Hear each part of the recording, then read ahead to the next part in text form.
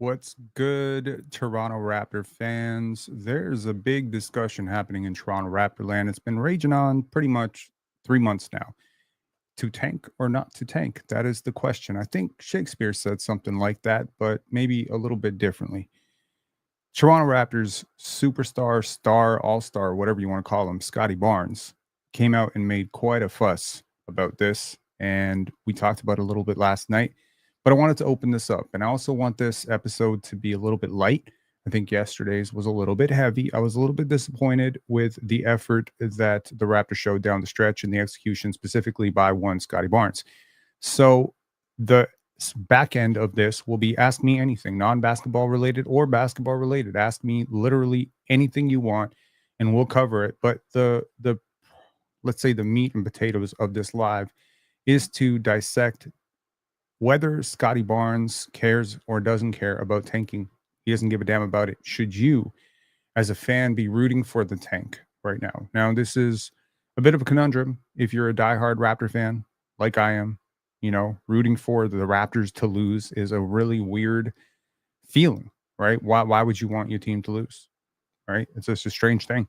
And we're not the process Sixers. We don't have Sam Hinkie here. This is an organization that has been known for winning. For most of you, I want to say most of you because frankly, when I talk to most Raptor fans and I ask them, when did you start watching the team? Almost every person I meet, with the rarest of exceptions, tells me I started following this team 2014, 2015, 2016, 2018, 2019. Some people say I started watching this team in 2021. The Raptors brought on a lot of followers, after the championship run and amidst that We the North era. It was a very popular, it was a rise of basketball in Canada. And so we've only ever known winning, you know. To those of you, however, who have followed the Charles Oakleys, the Muggsy Bogues, the Vince Carters, the Rafael Arujos, for those of you who are familiar with that, then maybe you're a little bit more familiar with tanking. But maybe even still, were you that obsessed with it? Were you this obsessed with it at any point in your Raptor fandom? Do you remember in 2003 being like, "Oh my god, I can't believe we won that game. That's going to screw up the lottery odds." I think the popularization of Tankathon, the fact that we can update this, strength of schedule stuff, the constant narrative around it has made this more of a prevalent talking point among sports fans in general. This is not just a Raptor specific thing. This is right down to teams like Philly right now that are struggling mightily and I don't know, right now Philly's on the, brink of probably losing to the Nets right now. So, teams like that, the Chicago Bulls, who were relatively competitive early on in the season, but looking like they're not going to be very competitive for the rest of the season after trading Zach LaVine. And then, of course, there are teams like San Antonio who just lost Victor Wembanyama, and now their fans are being like, hey, this Cooper Flag guy, that'd be really great. If Wemby's on the shelf for a year, we need another guy. And so, yeah, it seems like half the fan bases in this league are saying, shit, fuck it, tank, right? And this right here, right? Lewis saying Tim Duncan should be a Raptor. Expansion rule robbed us. Wrong draft.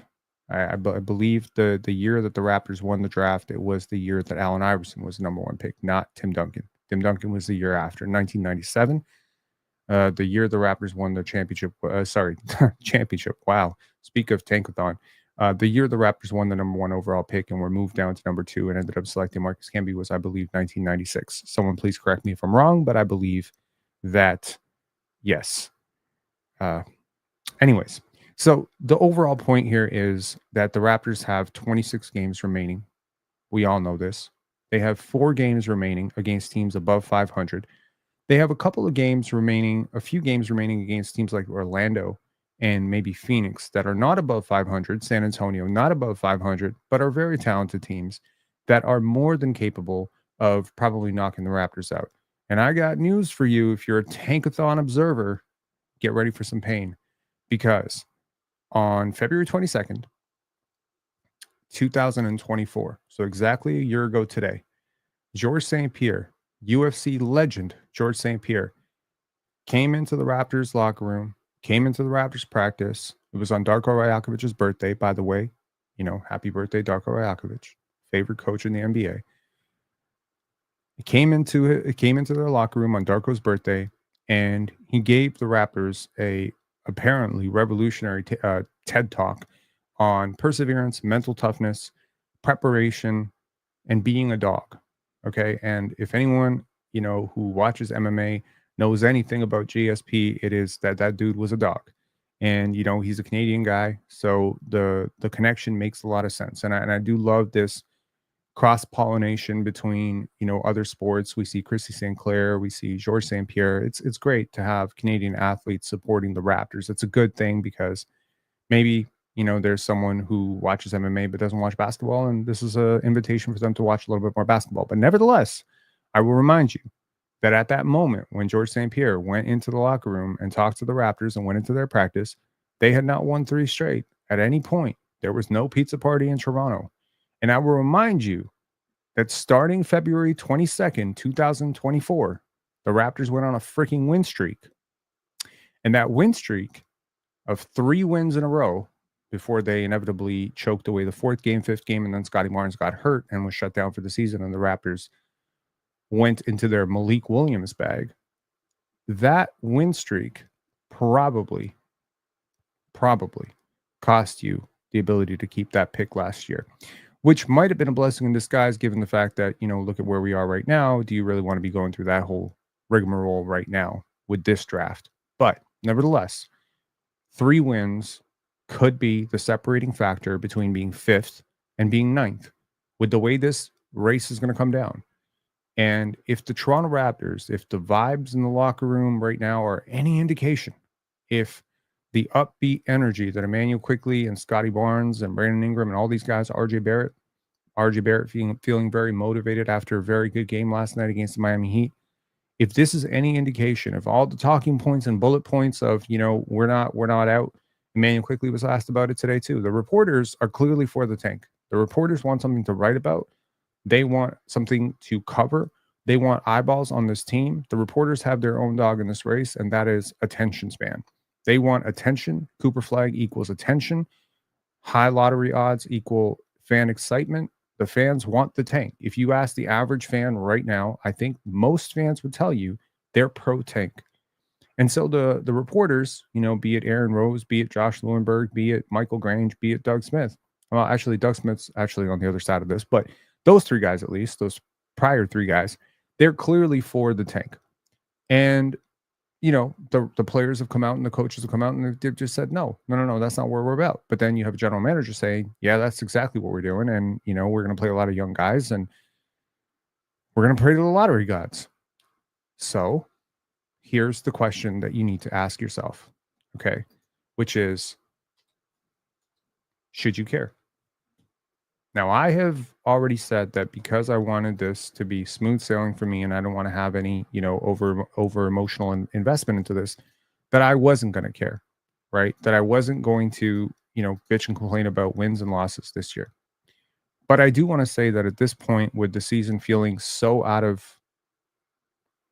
reach, the playoffs feeling so out of reach, this team not really connecting, the Scottie and Emmanuel Quickley stuff not really working out, Kelly Olynyk and Bruce Brown on another team, the tremendous task of implementing Brandon Ingram, I am firmly for getting the asset. Now, you and I may be on the same page about trying to tank. I don't think we're on that same page for the same reason, though. Okay?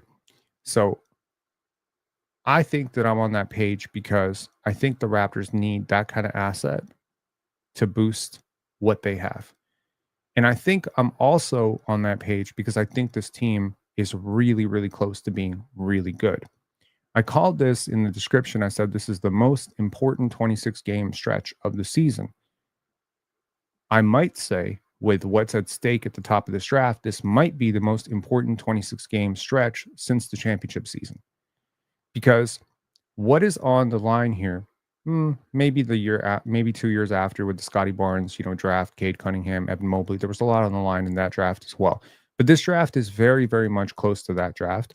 And getting another top 4 pick, getting another player in that Scottie Barnes level, type of talent would be a game changer for this team.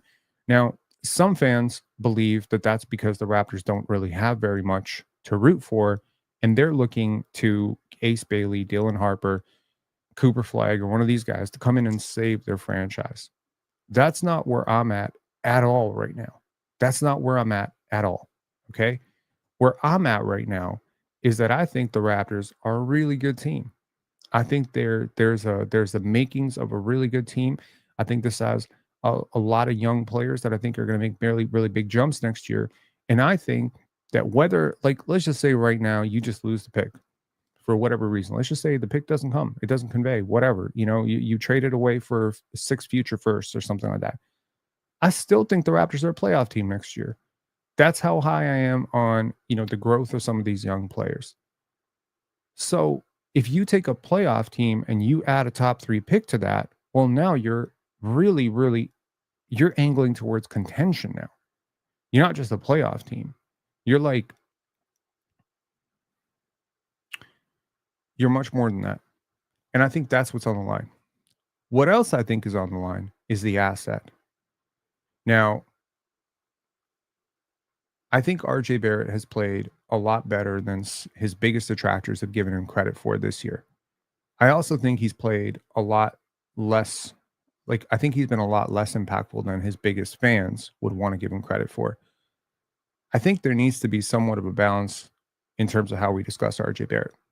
At 24 years old, he is now the leading scorer for his draft class as per yesterday. That's largely due to the swaths of time that John Morant and players like Zion Williamson have missed.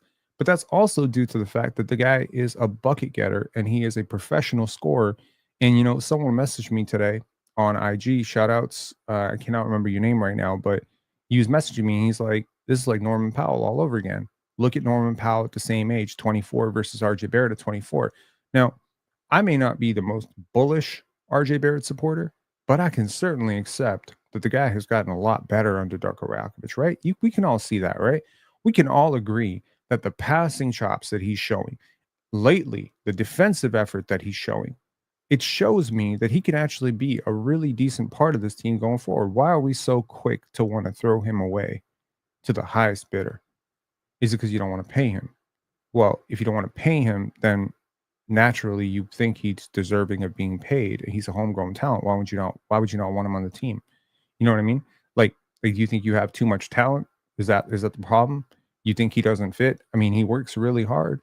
He's a really tough kid. He's pretty damn he's pretty damn durable. That's a plus, right? You got 2 players, Scottie Barnes and Brandon Ingram, who go down a lot with injuries. IQ has been down a lot with injuries. And apart from that shoulder thing with Jonas Valanciunas, I'd say, RJ Barrett's been pretty much your most bankable player this year in terms of injuries, right? I say touch wood on that one. So I think, maybe RJ has another year to go to. And if he takes another year, my God, what are we talking about here? We're talking about a guy who's maybe averaging, okay, the paint finishing hasn't been super great this year, but it was actually really good last year, right? His 2-point percentage was over 60% with the Raptors last year. If he could replicate any version of that and at least become, something competitive on defense, like he's competing on defense now. If he can just keep doing that, alongside the rebounding and the passing at 24, 25 years old, why are we so quick to assume that this is not a franchise pillar? This is not a guy that you can build with. I think he's perfectly a guy you can build with. Works very well off of Scottie and Brandon Ingram. I think the compounding issue here is the jump shooting. It's him plus Scottie, and they're both shooting poorly. Scottie is shooting very poorly. RJ is not respected as a 3-point shooter. So obviously both these guys need to get better as 3-point shooters. But clearly, if you were building around, I don't know, who's a great young 3-point shooter? I don't know, just a guy who's a better 3-point shooter than Scottie. Maybe this is not that big of an issue. Maybe if you were building around Jason Tatum or someone like that, this wouldn't be as big an issue. But because of the Scottie Barnes component of this, it is a bigger issue. And the Jakob component of it makes it an even bigger issue.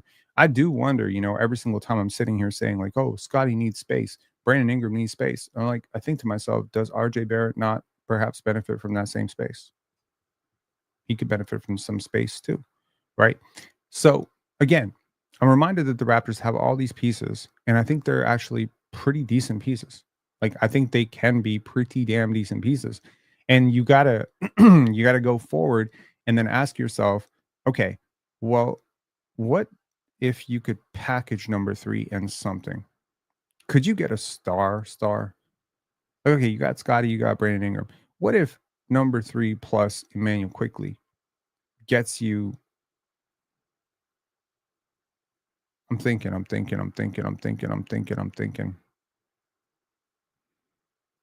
can't think of a player right now. Devin Booker? What if that gets you Devin Booker? What if some version of that package gets you Devin Booker? Now are you really happy you tanked? One of the messages that I remember from Bobby Webster, and this was when the Raptors had the 4th overall pick and ended up selecting Scottie Barnes, was, two things. He said, number one, and I remember both these quotes pretty much verbatim. Number one was, he said, when you get one of these assets, you see some of the deals that come in and you're genuinely shocked. But until you have one of these assets, you don't see that. So I think that that's one of the hugest things about having a top 3 pick is everybody calls, right? And they call for that pick. And so you have offers, and a top 3 pick is very appealing as a trade asset. And that trade asset could net you your next star. It could net you an all-star player in their prime to pair with 2 all-star level players in their prime. You'd have 3 all-stars, which means you would have what the Sixers thought they had when they were signing Paul George, except you also have all of this cheap young talent around them that you would hopefully not have to trade away in that deal. And so, yeah, getting a top 3 pick could be instrumental for that reason. It could also be instrumental for another reason, which is that once you get someone calling you, well, now we're talking. We're just talking. And, maybe that's going to open up, I can't give you number 3, but I can give you number 38 and I can give you Jakob Poeltl. What do you got for that? I can't give you number 3, but I can give you 2028 first round pick. What do you got for that? At least we're talking. Once you get that asset in the door, once it's locked in, I got the 3rd pick, 2nd pick, 1st pick, you're not trading it. Let's be real. But let's just say 2nd pick, 3rd pick, 4th pick, open season. Okay. You know, it changes the trajectory of your organization. I think this draft has the power in the top 3, top 4, most specifically in the top 2, to really change your fortunes a little bit, but not for next season, but for the next 5 seasons, right? It has that potential.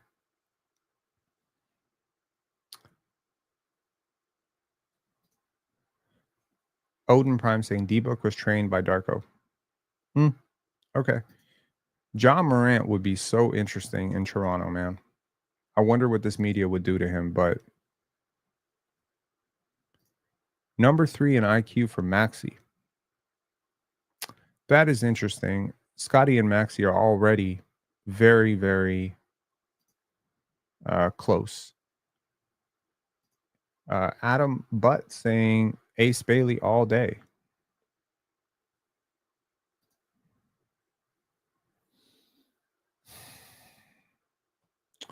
Right now, Fred VanVleet better than IQ? Yes. Rob, you think Masai would trade quick this summer? I wouldn't. I wouldn't put it past them. I doubt it. It doesn't seem like they would dangle him, but we can all agree this season has not gone well. And some of the stuff that you need him to do as a point guard, both offensively and defensively, has been really, really difficult. Now, I think the Raptors will practice a little bit of, let's say, patience with Emmanuel quickly because they understand that injuries are a part of life and a part of basketball. And he's been in and out of the lineup. He's a really good character guy. Like, I know you don't pay a guy 32.5 million dollars to be a character guy, but the energy that he brings to your locker room is very, very good. He is a very good leader. I think he's a great veteran. The young players seem to really, really vibe with him, and I'm curious to see what it would look like when you put him down in a role where he's actually not so over leveraged. I think that would be great. But yes, if Scotty makes me miss DeMar, well, Adam, DeMar currently plays for the I want to say downtrodden. That would be the wrong word. The tanking? No, that would be the wrong word. The struggling, the mightily struggling Sacramento Kings. And DeMar is having a fantastic season from a scoring perspective. But, if you want to follow DeMar, dude, invest in League Pass. Go watch DeMar DeRozan. You don't have to miss him. He's still here. He's still alive. Okay. I do want to show y'all something which was somewhat of an interesting statistic. And this is not, please do not take this out of context, but it is a very interesting stat. Okay. So last night's advanced box score was depressing. Now, I came down pretty hard on Scottie Barnes last night. We might have come down hard on him, but I think I was fairly critical of Scottie's overall game. And it's not really the negative 5.3 boxes minus. He's had plenty of those this year.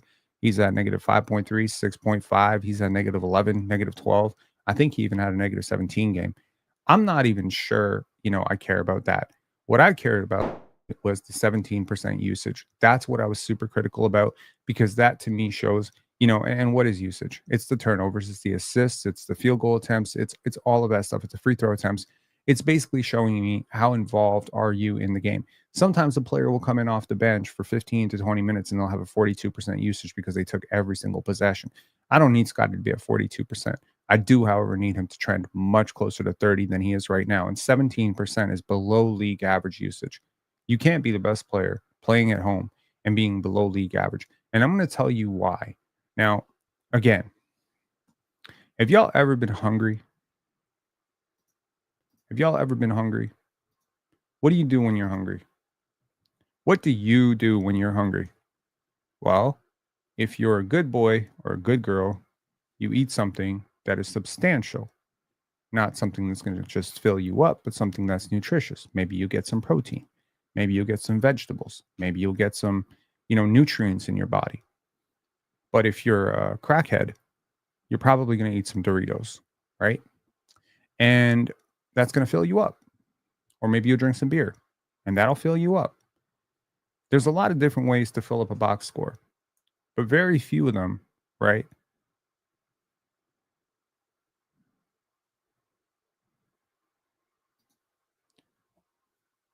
Barnes looks like a third or fourth option last night. Laughed my ass off.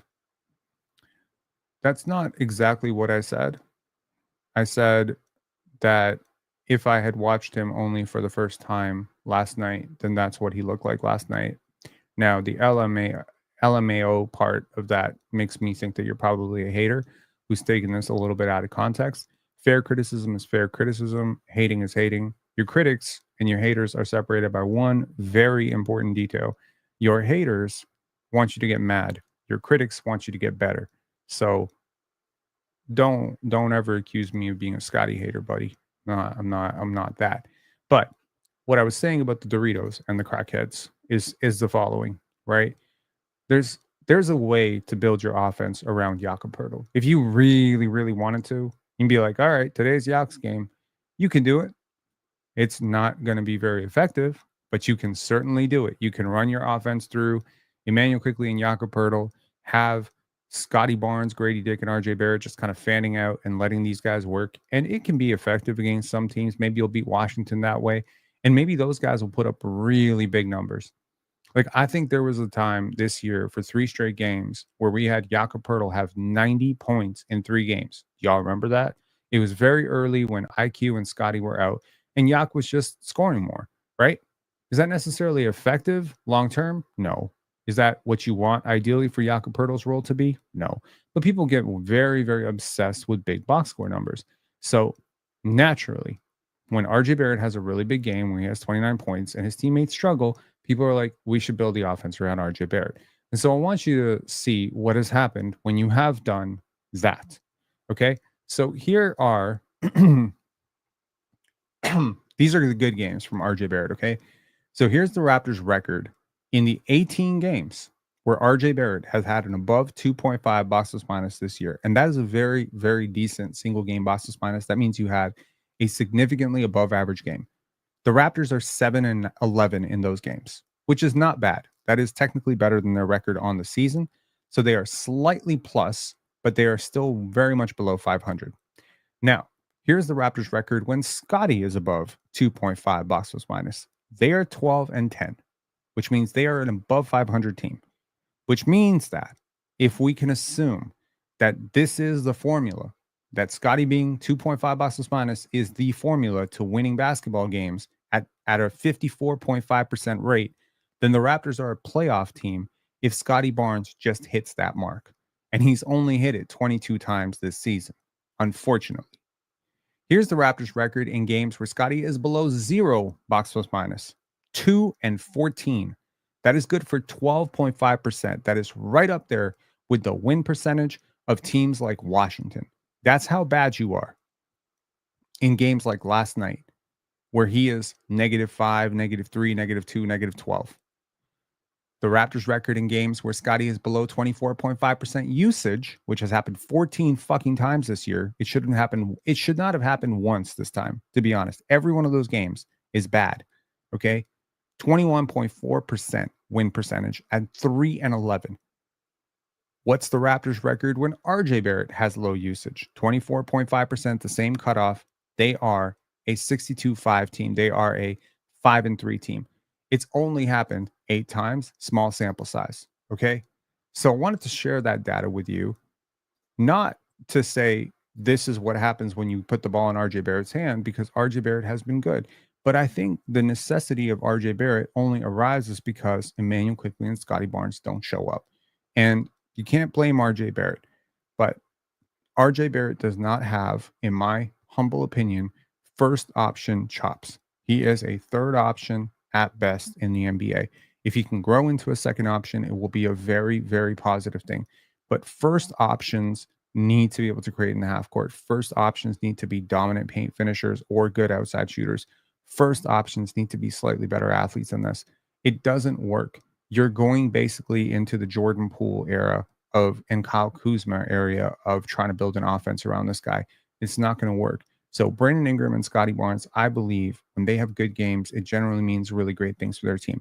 Now, when a player starts going, things start happening to the defense. Things start opening up, pockets start opening up, defenses start to adjust, and naturally, the efficiency of the player who's got it cooking is going to go down. But ideally, the openings for the players who are not scoring in that moment are going to go up.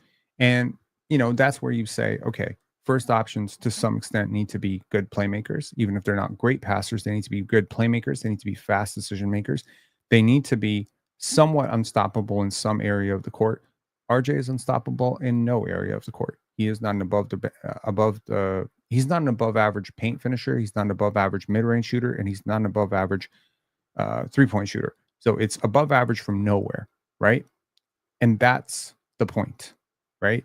So you can be a bit of a vulture in transition, and you can rack up 15, 20, 25 points and have the fan base gas you.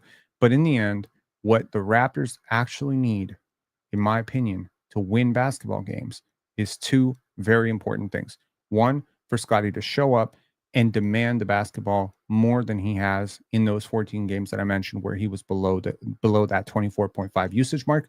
And then the second thing they need is for Emmanuel Quickley, RJ Barrett, and Scottie Barnes to find their connection. Because I'll remind you, the Raptors are a whopping 1-9 with RJ and IQ in the lineup. 1-9. Okay. For most of the season, the Raptors didn't have a single win on the road because the splits for RJ Barrett on the road versus home were so disastrous. I would love to just isolate his numbers for home and just show you how different it looks. But 41 games are played on the road every year.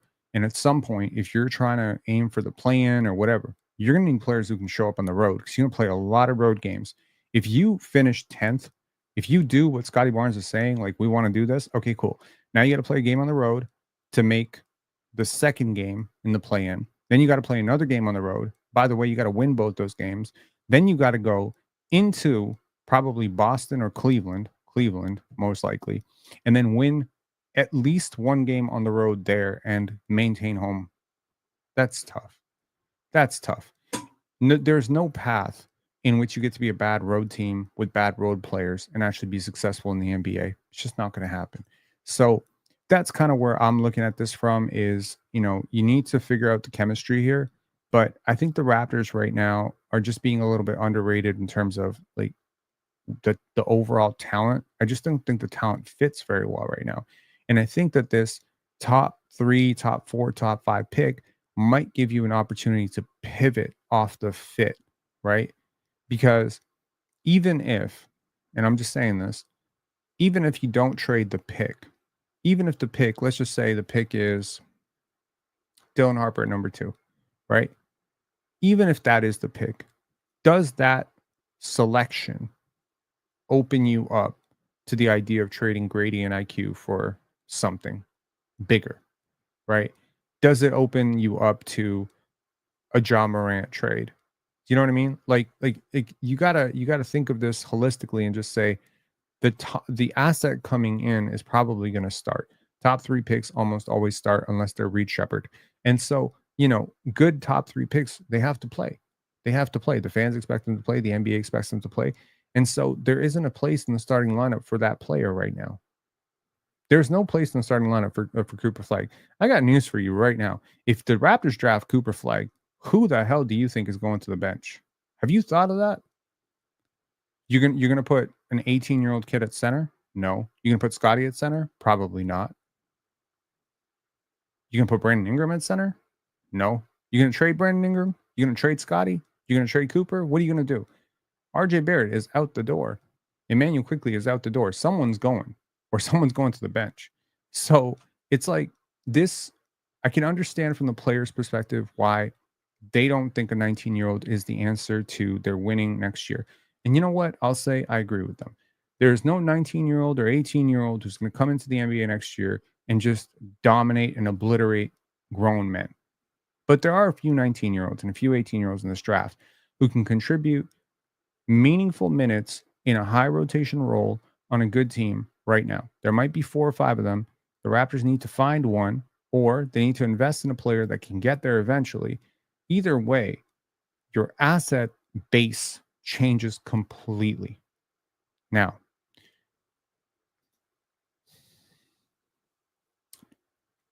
Scottie is not going anywhere, man. I got to tell you. I don't know if that's bad news or good news for you, but I got news for you. Scottie Barnes is going absolutely nowhere. This team adores him.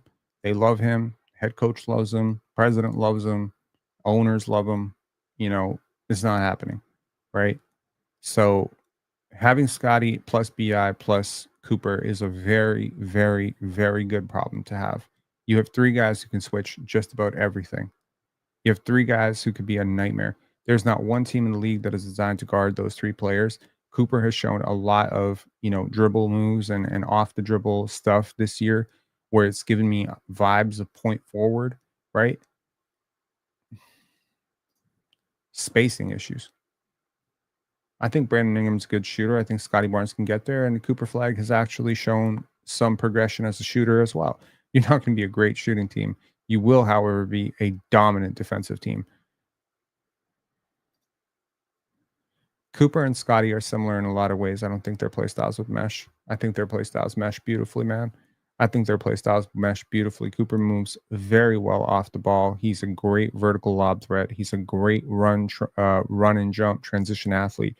Scottie would find him every day, and Cooper would find him right back. Scottie and Cooper, I know that people see them as very similar players, and I understand the similarities. I totally understand where that comparison comes from.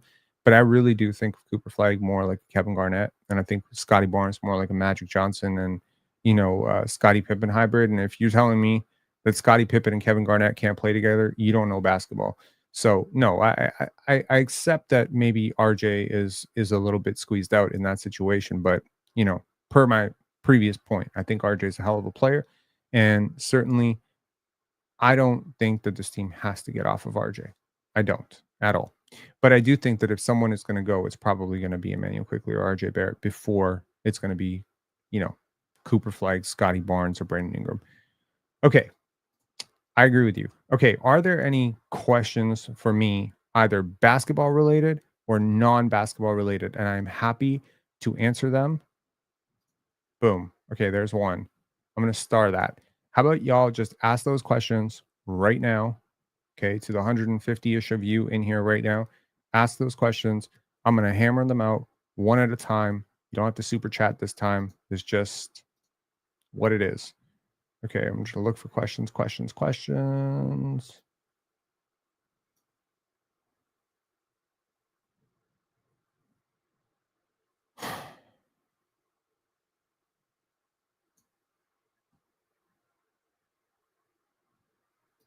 John K, I don't understand this question at all. All right, I don't understand this comment at all.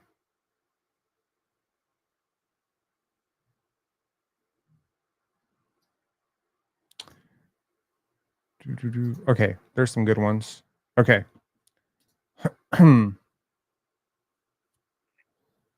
Okay, so Alamina Brian saying, did you see Player's Choice argue if Scottie is top 25 or not? Yes, I did. But did y'all see that?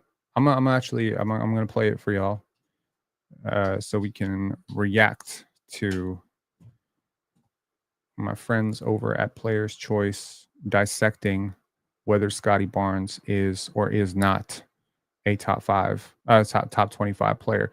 And respect to my guy Jordan for coming through on that argument, because I was not able to be there for All-Star Weekend, unfortunately. But Jordan, okay, here we go.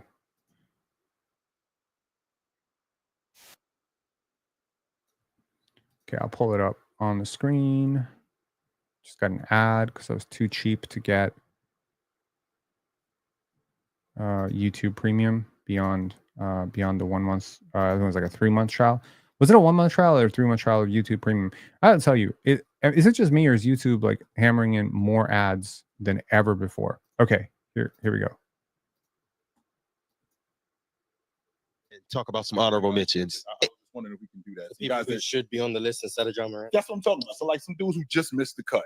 All right, How about that? I'm gonna give y'all. I'm gonna float some names around there for you guys. Just missed the We got both Tyrese's, Maxey and Halliburton. They didn't crack the top 25. comfortable with that. Penn, cover your ears. Scottie Barnes didn't crack the top 25. Scottie Barnes not top 25? Nah. What's wrong with y'all? I'm just letting you know. On behalf of Penn, I voted Scottie Barnes in the top 25. On behalf of Penn. It's 25. Scottie Barnes is one of the 25 best players in the NBA. I think so. February and up Today, if we're going off of this season, that's what I'm talking about. yeah, Scottie Considering Barnes who is we top have at 25. 24. Yeah, I think Scottie Barnes is a top 25 player if we're talking about today. Who we got at 24? I can't even remember. Oh, We're gonna get to it. Oh, okay. What has Scottie Barnes done to make him a top 25 player in today's game? This is a dude who's been in and out of the lineup on one of the worst teams in the league. Now, I ain't talking about his talent. They've been one of the hottest teams in the league. Yeah, I ain't talking about Scottie Barnes in terms of his talent, but I'm talking about a dude who's been in and out of the lineup. One of the worst teams in the league. One of the main reasons why they're one of the worst teams in the league, because he's been in and out of the lineup. No, I don't think that's one of the worst reasons why they. No, I think they just a bad team in general. Well, we've seen guys, top 25 guys who've been on bad teams, but have still been able to elevate them. So when you're talking about a dude in Scottie Barnes, you're talking about a top 25 player. You got to be able to elevate your crew like Chill. Okay. Yeah, I hear you. Sorry, I muted myself because it tends to be a little bit funky audio when I keep my audio on and the YouTube is on in the back. I will say this, though. When I was asked whether Scottie was a top 25 player, I got 19 names ahead of him, right? I think that's fair. When they asked me Ja Morant versus Scottie Barnes, I leaned Ja. And I realized that Ja has not even been the best player on his team this year. But I'm not... Like, maybe I'm slow to adjust, right? Like, maybe I'm being a little slow to adjust. Jaren Jackson Jr. has outplayed Ja Morant this year. Nobody has really outplayed Scottie Barnes on the Raptors this year, in fairness. But the Raptors are terrible, and Scottie has not played great. We can agree to that, right?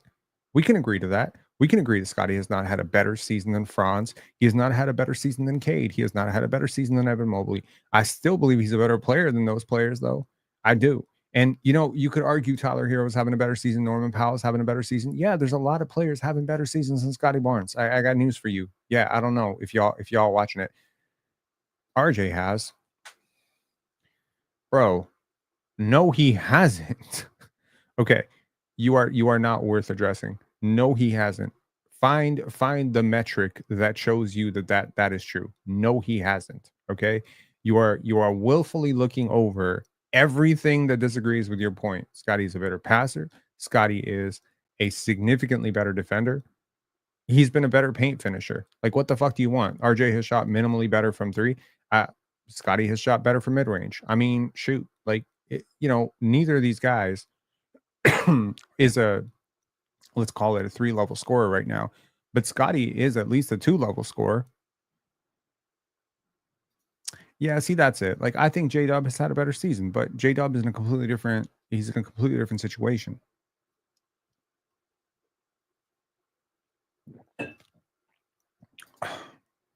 Can't we start playing IQ at the 2 and Grady at the bench? Ingram playing the 4, doing some dirty work and stuff. I don't know. Ingram and dirty work, I don't know if that blends. I don't know if y'all caught. There was a dude on X. We ended up connecting afterwards, which was very cool. But yeah, he was interviewing James Worthy. James Worthy's from North Carolina. Brandon Ingram from North Carolina. He did not realize that Brandon Ingram was from Kinston, North Carolina, but he was interviewing him and talking to him about Brandon Ingram. And he said if he can play a little bit better defense, he's basically Kevin Durant. Now, to anyone who watches the Lakers, broadcasts and stuff, James Worthy is honestly out to lunch, man. This guy really is like off his fucking marbles. So take that with a grain of salt. But yeah, I don't see Brandon Ingram morphing into, Horace Grant anytime soon. Anyways, going on. Name me 7 players on the Toronto Raptors. 7? Yeah. Let's see. 7 Because you need 7 players to be good. Davion. No, let him name. Davion Mitchell ain't there. Davion Mitchell ain't there no more. Chill. Yeah. That means you won in the hole. This might get tough. So Hurdle is on the crew. Yep. Poodle? Y'all can Hurdle. Hurdle's on the crew. Shout out Poodle. Hurdle's on the crew. Dick is on the crew. My main man, RJ Barrett, he's on the crew. Why am I forgetting? Boucher, he's on the crew. He's on the back of the crew, but he on the crew. He's a rotation player, but he's been really good with them. Yep. Let's see, Boucher. They got a shooter. Yep. Yeah, they gave him a big deal. He got New York Knicks trade. I already told RJ Barrett. Stop helping him out. No, He just got You talking there. about Quigley? Quigley's on the crew. He ain't played this year. That's why. That's why I ain't. Ingram just got there too. I ain't heard about him. But Brandon Ingram, no, he don't. Brandon Ingram doesn't matter. I'm just talking about the guys currently right now. Okay. Yeah, I'm just talking about the guys currently right now. So Quigley just got back in the lineup. Grady Dick, Quigley, Grady Dick, Scottie Barnes, Pirtle, RJ Barrett, Davion Mitchell is gone. Boucher. With Wise.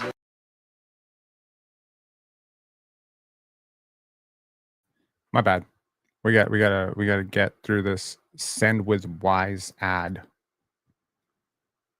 What is going on? Okay. Some guys that Penn talks about every episode. He talk about this dude so much. He missing him. I am. You talk about the Chill, we did the game on playback. That's my point, though. That's exactly my point. You talking about Scottie? I can name like damn near. But you talking about Scottie Barnes? But even if you talking about naming it, Chill, if you want to tap out, I just want to see Mars name the whole team. Nah, Talk about him. damn near the whole team. I'm only at 6. Okay, so Well, let's go ahead and count Scottie Barnes. That's 7. Can I give him a hint? That's the one that I'm talking about. He'll bring up. Yeah, he got it. Jonathan. So I think that it's worth noting. I do bring up Raptor players a lot. And I do it for a reason, because I don't want this shit to happen. And despite my best efforts to bring up Jonathan Mobo and Jamal Shed and Jacoby Walter and Ulrich, Ulrich conversations on the panel is nasty, but yes. Uh-oh.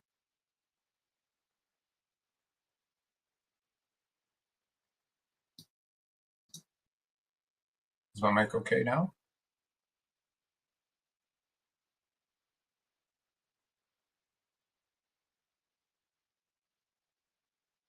No?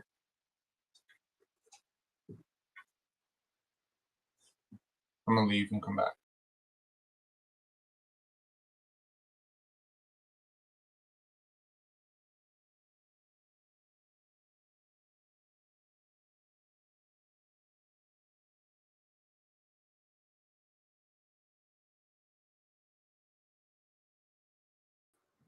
Oh, I know what happened. Okay. It inadvertently switched to my webcam audio. I got you. Okay. Jamal Shed. Shed. Mm-hmm. You got Kobe. Yeah, Jacoby Walter. Then you got what's his name? Jameson Battle. Praising him. But this ain't about who Penn be praised. No, I'm talking about they on the team. Premier. But anyways, my question was to ask. I hate to step in and interrupt this. James Harden, Kawhi Leonard in a good cast. Kawhi Leonard playing alongside Norman Powell. We're not doing that, but it's This year, yeah. This year, yeah. How you gonna say playing with Kawhi Leonard? Kawhi Leonard ain't gonna. He don't play. He don't play. No, he don't play. But I'm saying this. So how he been playing? James Harden. Okay, James Harden. James Harden shoots 39% from the field. No disrespect to James Harden. Stop it. This is the best that Norman Powell has ever played in his life because he's on the team with James Harden. Stop that. No. It's because Kawhi. Stop that. It's because Kawhi was out. Norman Powell got a chance to thrive. I told y'all he as good as Devin Booker if he got a green light. No. Stop it. so we should be expecting to see his name where we see Devin Booker. I think Norman Powell should. Why did Norman Powell play like this last year? What? Here's what I'm saying though. So last year and this year, Cade looks completely different because he has some more competent pieces. And he got better. Yes. But Scottie didn't get worse from last year. Yeah, with the short selection, I could argue he's worse. But I wouldn't argue that, but what I'm saying is, I feel like the defense is going. I feel like the defense has regressed too. No, it ain't from Scottie. Showtown, I'm gonna call you out on this one. That's cap to hell. Okay, the defense has definitely not regressed. The defense has actually gotten better. So that is bullshit. The strength of him being injured, he has not been healthy. So he has not been able to do what he's used to doing. Scottie Barnes was becoming one of the better young defenders in the game. Okay, I still think he is. I think he go better on defense. I think he is too. But I feel like because he got injured, that kind of slowed him down as a defender this season. And on top of that, he was in and out of the lineup, so he was inconsistent as a defender. Does that mean he whacked as a defender? No, I'm not saying that. What I am saying though is because he was in and out of the lineup, because he was injured, there were some inconsistencies. So I can't keep him at the same spot that I had him at previous to that. That's all. That's fine, but we talking about Norman Powell and Scottie Barnes. Put Norman Powell on the Raptors. Put Scottie Barnes next to James. And got a ring with them. Yeah, won a championship. You talking about right now? I'm talking about right now. Y'all want to do that? Y'all want to do that? But wait, because statistics like so. What everybody praises. They wouldn't dare put Norman Powell on the team by himself. What everybody praises. Norman Powell would be filling up the stat sheet at least, scoring a lot better than Scottie Barnes. Norman Powell can put the ball in the basket. Okay. Fair. I'm not going to disagree with that. Norman Powell could probably score better than Scottie Barnes. He is a near 42% three-point shooter. Does that depress you? Sure. If you think scoring is everything in basketball, but what does name one thing Norman Powell does better than Scottie Barnes other than scoring? Now go and name everything that Scottie does better than Norman Powell. It's like 100 things, man. Like, he's more positionally versatile. He's younger. He is, he's a better screen setter. He's a better rebounder. He's a better shot blocker, paint defender. He's a more versatile defender. He's a better passer. Like what more do you want? I mean, there's so much more to basketball, right? And in fairness, Norman Powell's skill set is far more naturally inclined to being a first option, right? So, it's like using that as like, okay, I understand this guy does all this other stuff, but can he put the ball in the hoop at a super high rate? And it's like, let's not act like Scottie can't score. Like, can we stop talking about Scottie Barnes like he's, prime Draymond Green and Ben Simmons? Like, he is a 20-point per game scorer 2 years running with very little help and very little spacing to work with, right? I don't think he's that far off from 24, 25 points per game. I really don't. So that's where I'm at on that one. Better than Scottie Powell. Fight that, Jordan? Yes, I fight that he a better scorer next to James Harden. Yes, of course he is. They wouldn't dare put Norman Powell on the team by himself. Scottie would look better next to James. Score as good as Norman. He wouldn't. He wouldn't. Norman Powell would look better by himself than Scottie Barnes by himself. So, I mean, I agree with that. If we are, and I've often said this about Scottie, where if you want to take Scottie plus 4 random players, I'm gonna say like average YMCA gym bums, right? Like you and probably me at this point, right? Just random people, pick up hoops. and say, okay, Scottie, your crew, Norm, your crew. I mean, it's gonna be like tough, right? For Scottie to just, I'm not even sure about Norm, but like, okay, KD, okay, KD's gonna win that because KD's gonna be able to elevate that. He's gonna be able to like floor raise a little bit better than Scottie, right? But if you put Scottie next to like three really, really good players, I think he's a much better player than like 99% of the league in that role. So that's not to say that's what he's gonna be. I'm saying that's what he is. He's trying to be more than what he is right now. And that is a process that every player who's 23 is trying to undergo right now, right? It's just what Scottie's working on isn't what you're used to a player working on at 23. At 23 years old, after making an all-star team, after signing a max contract, you don't expect that it's at this point that you're trying to teach a player how to take, contested step back 3-point shots and trying to work on their gathers on a drive. Like at that point, you're like, okay, can I train this guy's basketball IQ to be better, in terms of reading the floor? Can I make them a better passer out of double teams? Can I, help them with their reads defensively? Can I make them a more active on ball defender, et cetera, et cetera? Like those types of things are what you'd expect to be working on with a player who's at this stage. But Scottie's just backwards. It's like everything with him is backwards. You know what I mean? He's figuring out the thing that a lot of kids figured out at 16, 17 of putting the ball in the hoop. He's trying to figure that out now. And you wouldn't be wrong in saying, it's a long shot for him to become a dominant scorer. Like no one is necessarily, projecting him to be Kobe Bryant and Michael Jordan, but I certainly think he can achieve, at least the offensive production of a Paul George in his prime. I certainly think that that is a very, very, very reasonable outcome. And we've seen it. We've seen 18-point quarters. We've seen that dominant turnaround shot that nobody could stop. We've seen it. There is a version of this, I'm telling you, that turns into like a 28-point per game score and you won't know what hit you. And then there's a version of this that maybe it doesn't and it kind of fizzles out at 20, 21 points. And then it's just like, okay, he can be the best player, but maybe he's never going to be the leading scorer on a championship team. I think he can go either way, but I have a feeling he's not done. I think he's going to get there. Anyways, y'all are definitely free to check out the last 3 minutes of this, but basically they argue several players versus Scottie Barnes. Did I watch it? Of course I watched it. I watched it live and I was showing my girlfriend and I was very, very happy because this was the start of their, live episode from the All-Star game. They were talking about the top 50 players. And I thought it was great because, I believe that conversation about Scottie Barnes pretty much is due to, at least in my opinion, I think it's due to the fact that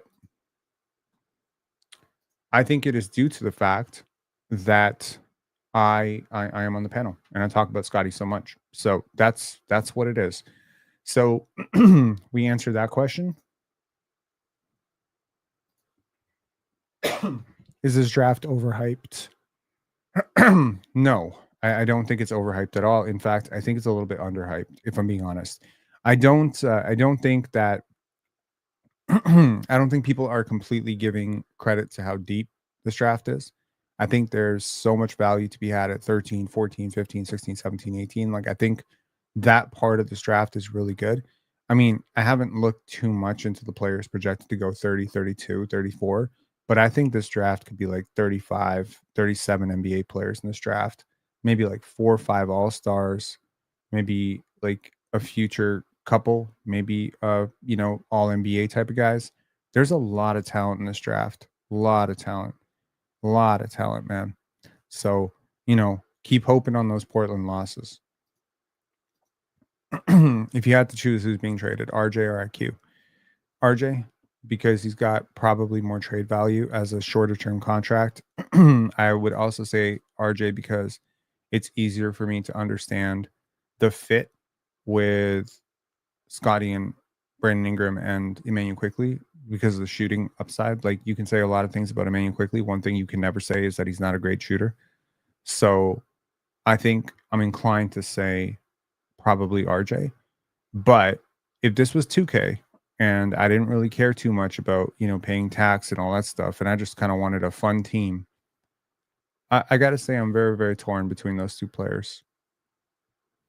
Like in my pecking order, I'll go Scottie, Ingram, and then probably Jacoby would be like my third staple. You know what I mean? Like in terms of like, I must keep these players. I'd go as far as saying Ulrich. We'll see how he does with but those are like the 4 players that I wouldn't touch. The next player up is probably Grady.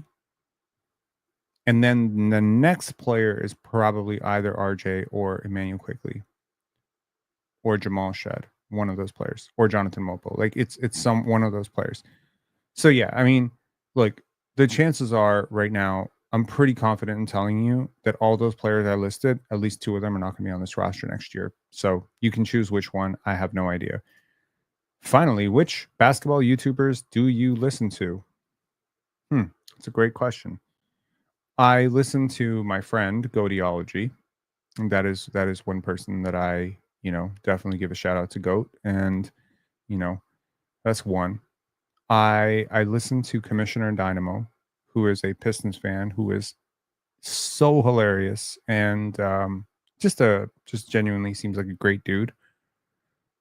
I haven't listened to a Thinking Basketball episode in a really long time. Really long time. So that's something. I mean, I've listened to a lot of Kenny. I guess like I zone in and out of that. I've listened to a little bit of Pick a Side. Obviously, I listened to the panel and I listened to, Player's Choice. We listen to Chill with Show sometimes on Player's Choice. You can see I'm promoting my own at this point. I will occasionally check out Raptors Republic when Samson and Esfandiar Barhani are on, not so much, but when Samson and Louis Zatzman are on, more so.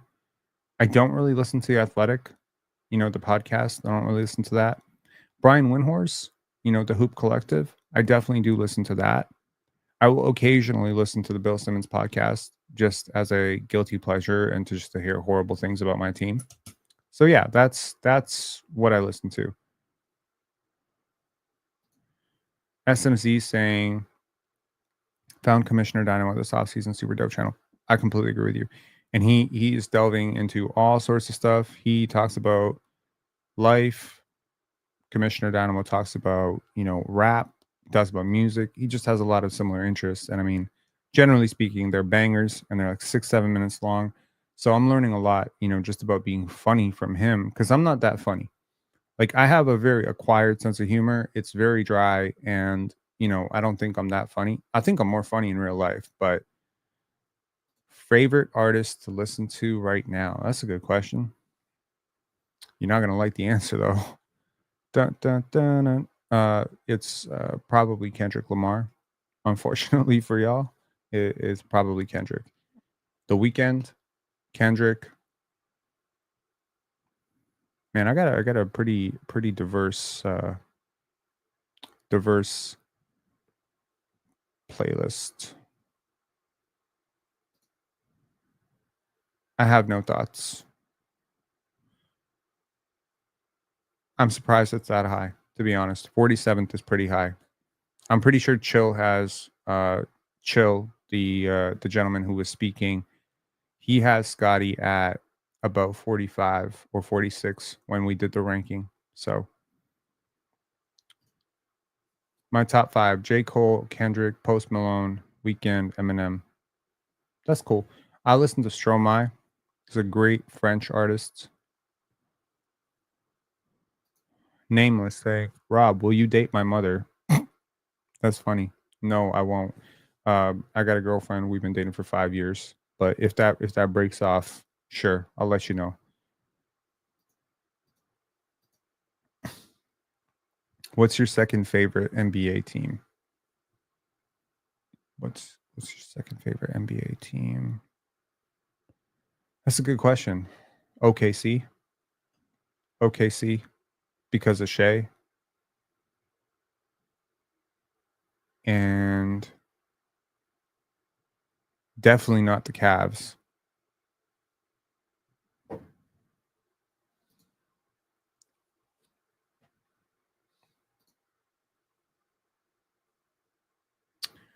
How have your Serbian roots influenced your life? That's a good question.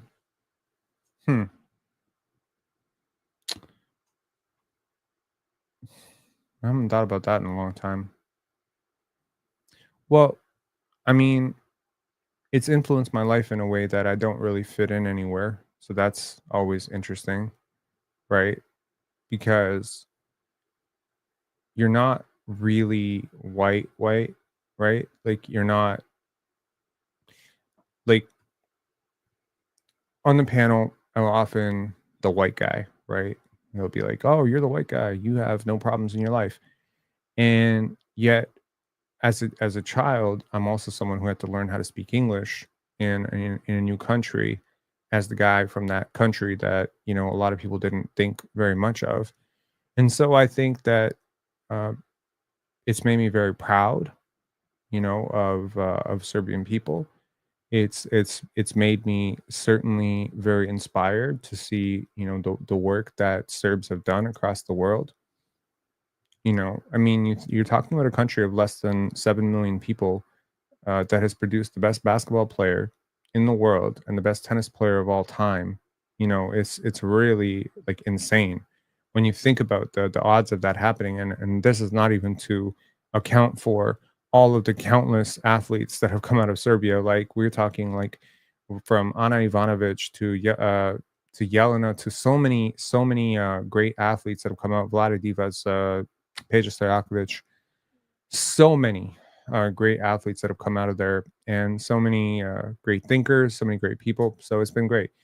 In terms of how it's really influenced my life, I don't know. I think it's kind of taught me to sit in the middle a little bit, right? Because again, you know, like we don't really completely fit into a neat box.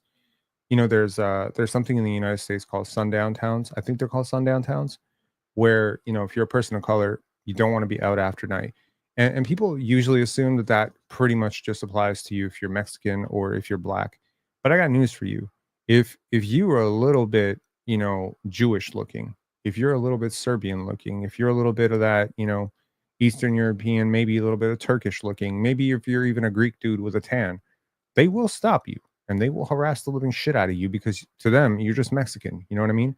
So is that racism? Is that something that you experience?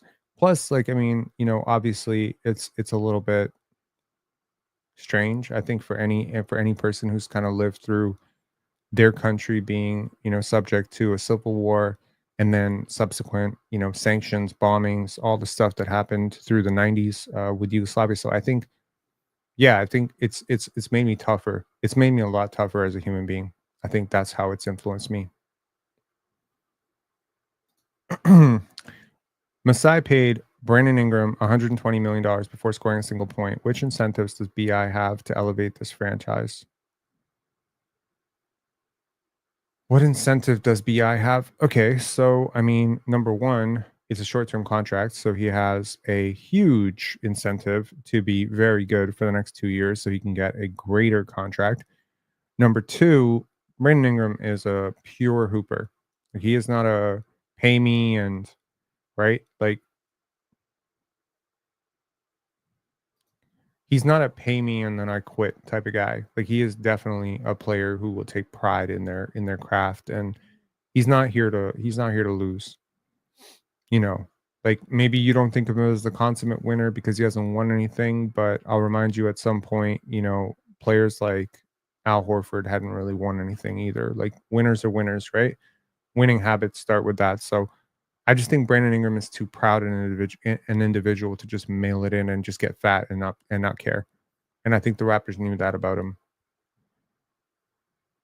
Joseph Patton saying, "Have you spent much time in Bosnia?" No, no, I have not.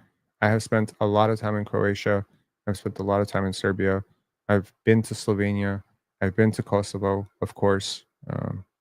Complicated thoughts about that. I've been to Albania as well, but I've been to Bosnia once in my life, but I had not spent much time there. No. Favorite cities in Ontario? Scarborough. Pen on a high level. If you had to design your personal top 6 important players on the Raps roster off-season training regimen, what will you have each of them working on? Damn, that's like 6 questions. That is like 6 questions. I have to think about that. No. I'll give you 3. I'm not giving you 6. With Grady, upper body strength. Yeah, that's one thing. With Scottie,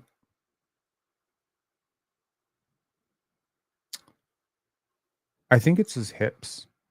I think it's something between his hips and his ankles he needs to work out.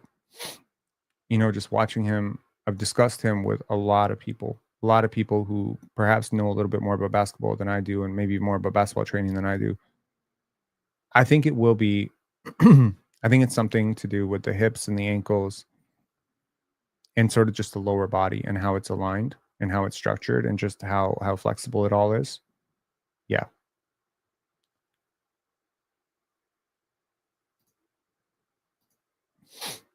And for Brandon Ingram, I think it's a little bit hard to train, but I would love for him to just work on his defensive awareness and just compete level defensively. I think he needs to compete a little bit more.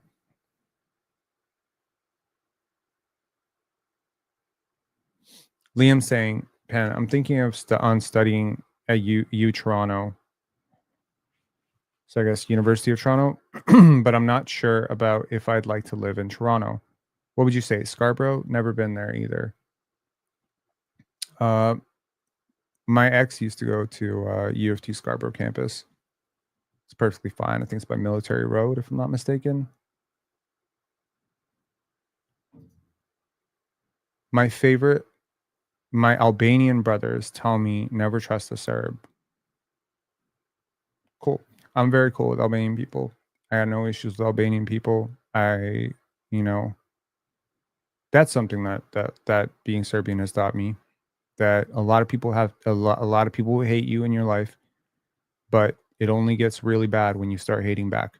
So I had an ex-girlfriend for 3 years who was Albanian. Prior to my current girlfriend, I dated someone who was Turkish. I've also had friends who were Albanian. I've had a lot of close friends who are Albanian. So, you know,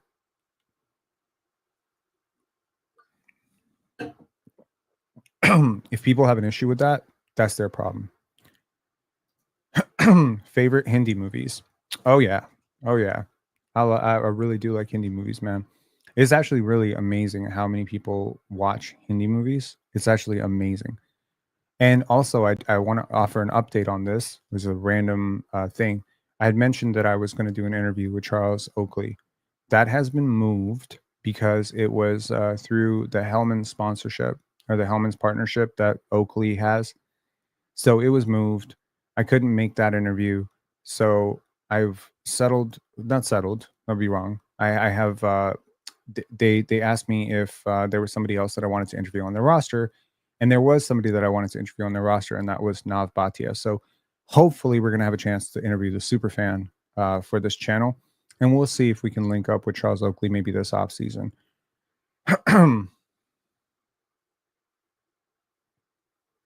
Okay. So favorite Hindi movies. Top 5? You want top 5? Okay. Sholay, number 1. Number 2, K3G. Number 3, Atish with Sanjay Dutt. Number 4, that's awesome. Number 4, does Slumdog Millionaire count? No. Would I be crazy to not put DDLJ in there? My girlfriend watched it recently and she really liked it. You know something's funny. I don't know if my girlfriend would be cool with me sharing this, but we watched so many Indian movies over the last few weeks that she signed up for Indian dancing classes. She's Bulgarian, but yeah. I love DDLJ, but it's so mainstream. We watched a Shah Rukh movie the other day. It's called Trimurti from, I think, 2000. No, it's not 2000. It's like 95, 94. So, yeah, not a great movie at all. By the way, I'm struggling for more. I've watched a lot, man. I have watched a lot. I've never watched this though.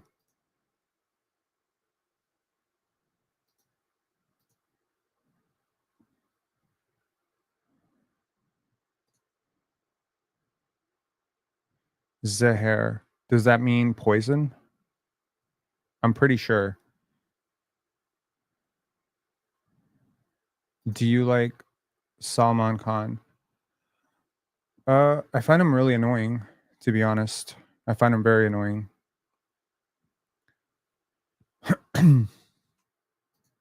Will we ever get to learn your girlfriend's name? Yeah. So the other day on Instagram, I posted a picture of of her, and it was a Happy Valentine's Day on February 14th, and I covered half her face with a little heart. And she said, she's like, "You've never really posted about me anywhere. You've never posted about me on Facebook." And I said, "You don't understand how many people come at me like in a personal way. Like you don't understand like how many people like, you know what I mean?"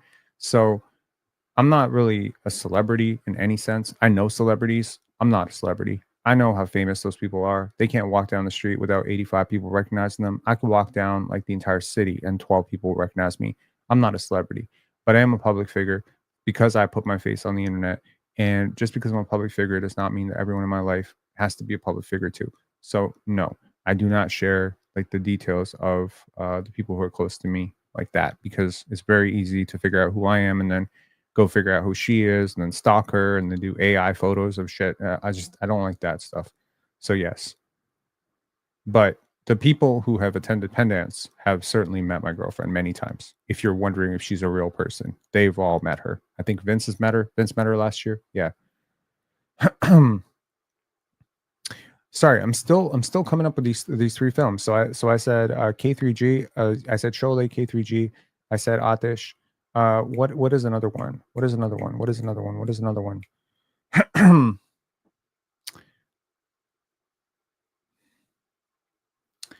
Man, there's so many good ones. It's got to be. Oh, okay. I got one. Muqaddar Ka Sikandar. That, I think I said that correctly. That's a Amitabh movie from like the 1970s, I believe, if I'm not mistaken. And then the final one would probably be Bazigar, or probably one of those Shark movies. Also, I watched Fan the other day. That was very cool. Fan was amazing. Oh, you know what? We've recently watched a lot of Taapsee Pannu movies. Oh, I'll give you one. Pink with Amitabh Bachchan. That was an amazing movie. Pink with Amitabh Bachchan was amazing. Also, Arman Basan. I got a challenge for you. Okay. So my girlfriend and I, we've been working on our Hindi, which is pretty cool. She's been using Duolingo, right? So if you want right now, we do this in real time. Let's see how good this is. I want you to say a word, and I promise my hands are clear. I'm not looking. I'm gonna get you to say a word, and I'm gonna see if I can translate it. So you say the word in Hindi, right? And I'm gonna see if I know what it is in English. Go ahead. I'll give you 10 shots right now. Type fast. I'm gonna do this rapid fire. If you're down to do this, go for it. Pesa, money, go. Keep going. Keep going. Car, house. Keep going. Piaz. Is that hold on. There's biaz, which is interest. Biaz. It's a fruit. Onion? Is it onion? Gajar. That's food too, right? The halva. Carrot. Got it. Bikar. I don't know what that is. Kana. Food. Gotta. Don't know. Piaz is onion. Got it. money. Got him. Yep. What Oak said. Okay. I did well, I think. Got donkey? It's an insult, right? Is that an insult? Oh, big car. Okay. Got you.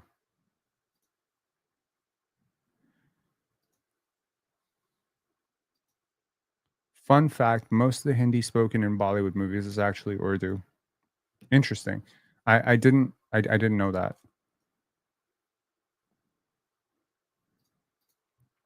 So I had when we were growing up, we had a Bulgarian nanny. So this is before we were super poor, and this was in Europe.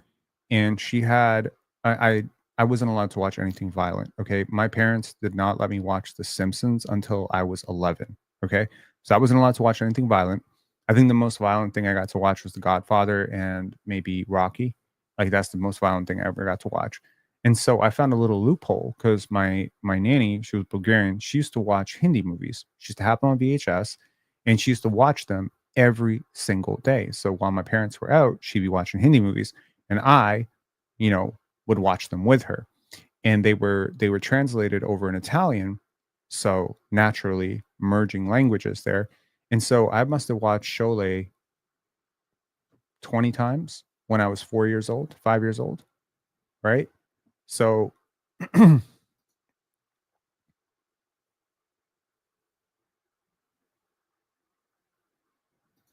it's absolutely great to learn languages. I would like to learn German. I've been learning Arabic and Farsi for like 5 years. So, on and off, not great yet. Would like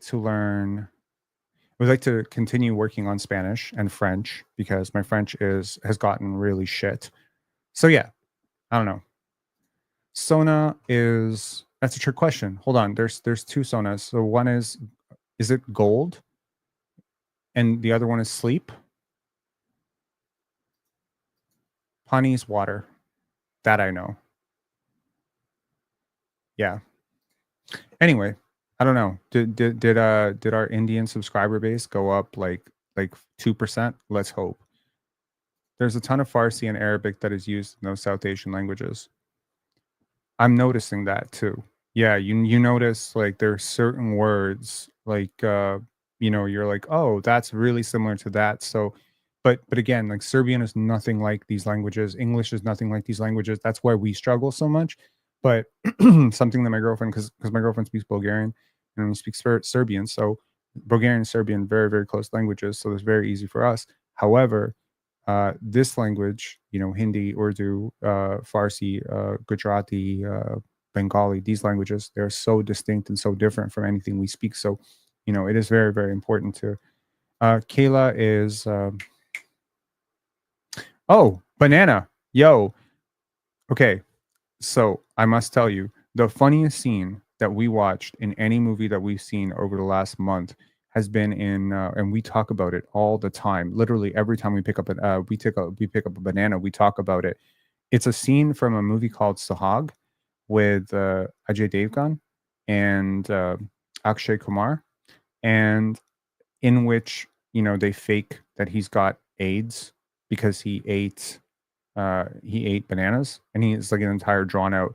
It's a very funny scene to you who can understand it without subtitles. I'm sure it's on Google, so it's on YouTube somewhere. Definitely go check that out. It's a hilarious scene.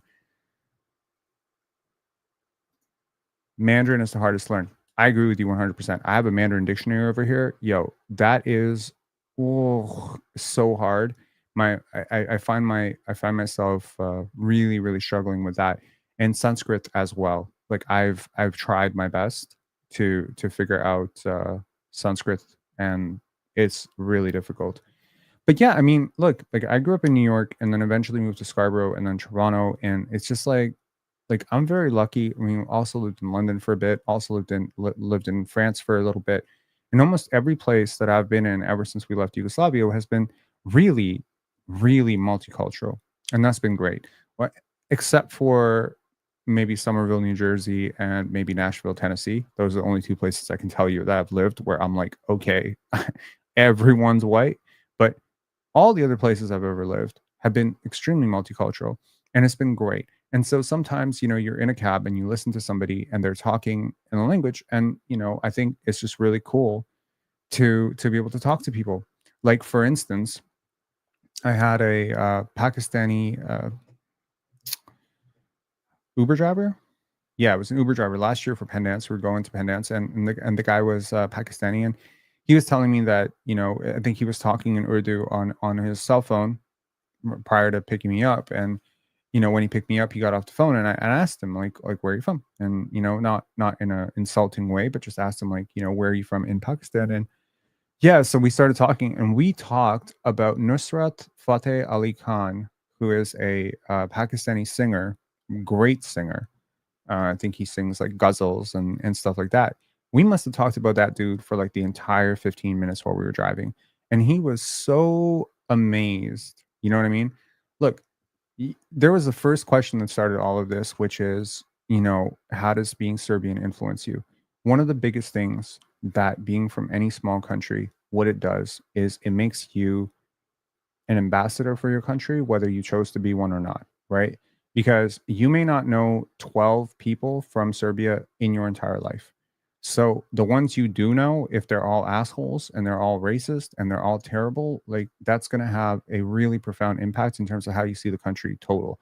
So I've always believed that, people from smaller countries have, that obligation to represent their countries well. So I've always believed in that. So yeah.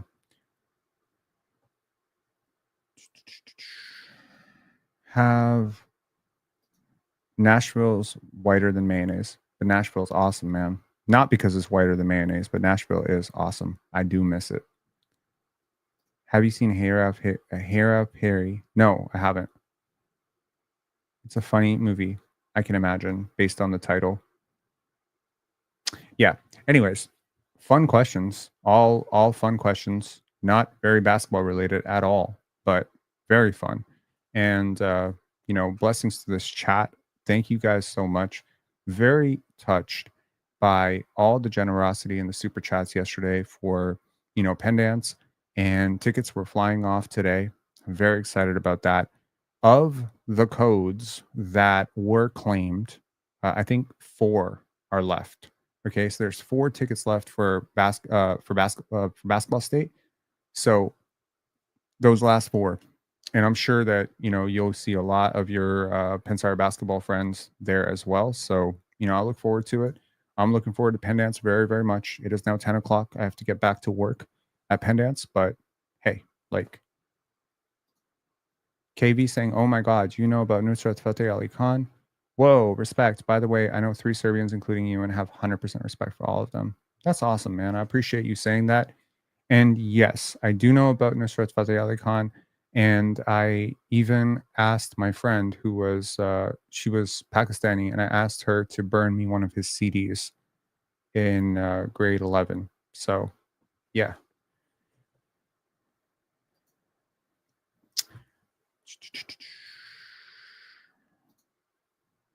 Do you see Scottie developing a reliable handle now that Brandon is on the team and the two can work together in the offseason? Because if Scottie can get to his spots the way BI can, potential top 5 lock.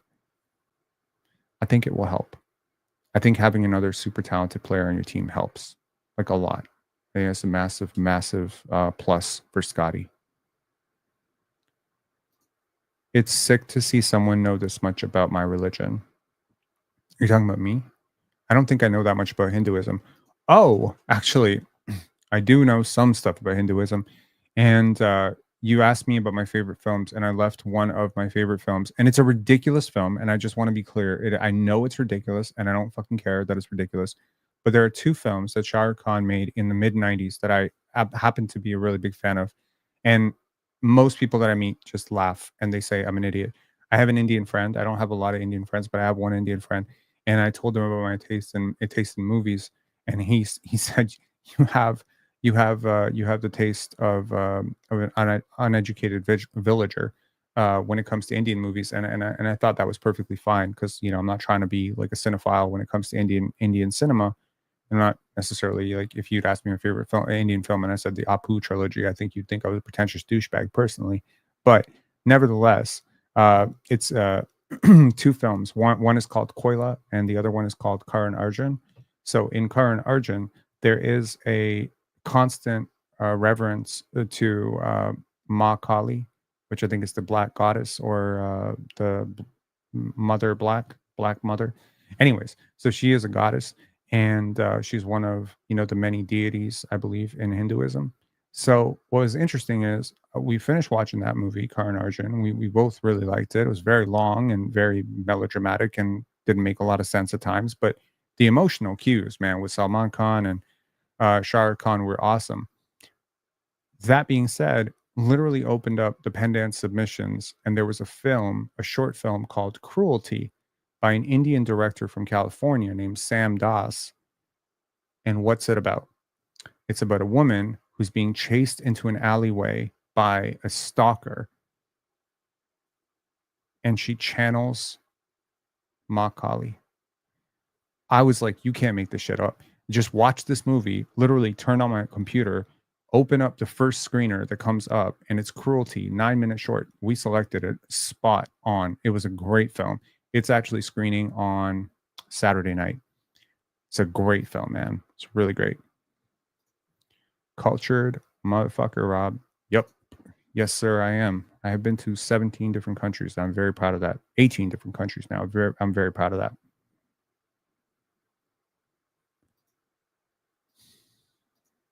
Ma Kali is the goddess of death and rebirth. Can you speak Punjabi? No, I cannot speak this language at all. But I will tell you, Punjabi, there's 2 singers that I really like in Punjabi, which are Daler Mehndi and also Sukhbir. Sukhbir? Yeah, those 2. Like, I think this is a maybe early 2000s reference. Maybe there's like a million others that are great now, but those 2 really they seem awesome. And there's a couple bangers that they laid out that I think a lot of people would be really, really happy to hear, whether they like Indian music or Punjabi music or not. So yeah, I agree. I think embracing differences is very, very important. And when you meet somebody, right, to be able to have a meaningful conversation about their culture. Like, I think one time I was meeting somebody for coffee because we were talking about pendants, and she happened to mention that she was from Afghanistan, and I love Afghan music, right? Like, I used to have like at least 18 songs by Andy Kouros on my playlist on iTunes. And it's like I've dated I dated an Arabic girl for a while and got super into Arabic music when I was 16 years old. So yeah, I'm very open to the world, you know what I mean? Like, I'll try, I'll try to watch any language, once or twice. When people ask me my 3 favorite films, none of them are English. So yeah, that's where we're at. And it kind of makes sense that we run pretty much one of the most international film festivals in all of Canada. Yeah, that makes sense. And it also makes sense that Pensare Basketball is probably the most internationally watched Raptors podcast in the world. Would you agree with that? Think about how many people we've had call in from Europe. Think about how many people we've had supporters from Australia, from all sorts of countries. That is an influence of that. I think that's where it comes from. I really believe that. Anyways, more than open, you're a sponge. Yeah, I mean, I try to be. And that's probably why Scottie Barnes is my favorite player, because he's like that too. Scottie is like the type of guy who's like, number one, first thing he's going to get there, he's going to try to learn like how to speak like you. He's going to learn about your country. He's going to learn about your culture. I guarantee you, he talked Goran's head off about Slovenia. I guarantee you, he had a Serbian teammate at Florida State. He probably learned everything about Serbia from him. Like, Scottie's like that too. To be naturally curious, to be a sponge, it helps you connect with others. And really, in this world, if we're not connecting with others, then what the hell is it that we're doing? I'll share one thing with you guys before we exit, because we're at 1 hour and 29 minutes. In my mind, I thought this was going to be a 45-minute podcast, but you know how I am with time. I'm not great. there's a Facebook story that I came across, a Facebook post that I came across today, and it was very deeply inspiring to me first thing in the morning. Now, I don't usually suggest opening up your phone first thing in the morning, but I just happened, you know, to come into that, right? And it's a picture of a woman who's sharing a receipt, and it says, do better, 0 tip, right? It's a $54 bill, $54 is paid, no tip. Naturally, this pisses you off if you've known anybody in the service industry or if you're somebody who generally tips well. That's the type of thing that's very insulting. It's a very, very big slap in the face. So the person who's writing it said, when I saw this, I was very upset because these people had gotten service on time. Their food had come out. Everything was perfectly fine. I didn't understand what kind of a dick would do this, right? It was so rude. But as the days went on, I kept thinking about this do better that she had written. Not only did they not tip me, but they added this do better. And she's like, and for a long time, for a couple of days, I kept thinking to myself, I think that's supposed to be an insult. But then I started to think, what if it was meant to challenge me? And so I started going to work and I started to try and think about ways that I could be better at my job. I started to, implement new strategies to, connecting with the customers and learning their names and learning their favorite meals and etc. And she said, in over a few weeks, I realized that my tips started to go up, like across the board, my tips started to go up. And she said, so, I'll never know if the person who wrote that nasty little message was trying to hurt me or trying to inspire me. But regardless of what they were trying to do, I took that message and I ran with it. Now, I want to say that to say this: we can all be better at something. I damn near, I want to say we can be better at everything, right? We could all show up better for our families. We can all show up better for our friends. We could all, we could all be 1% better at our jobs. We can all be 1% more active and perhaps 1% better friend, 1% more reliable. But these 1%, 1%, 1% go a very long way. 1% more disciplined, 1% more active, 1% healthier. I mean, gosh, your life would change like that. So I say that to say, be better. I'll talk to you guys later. Have a good one. Bye.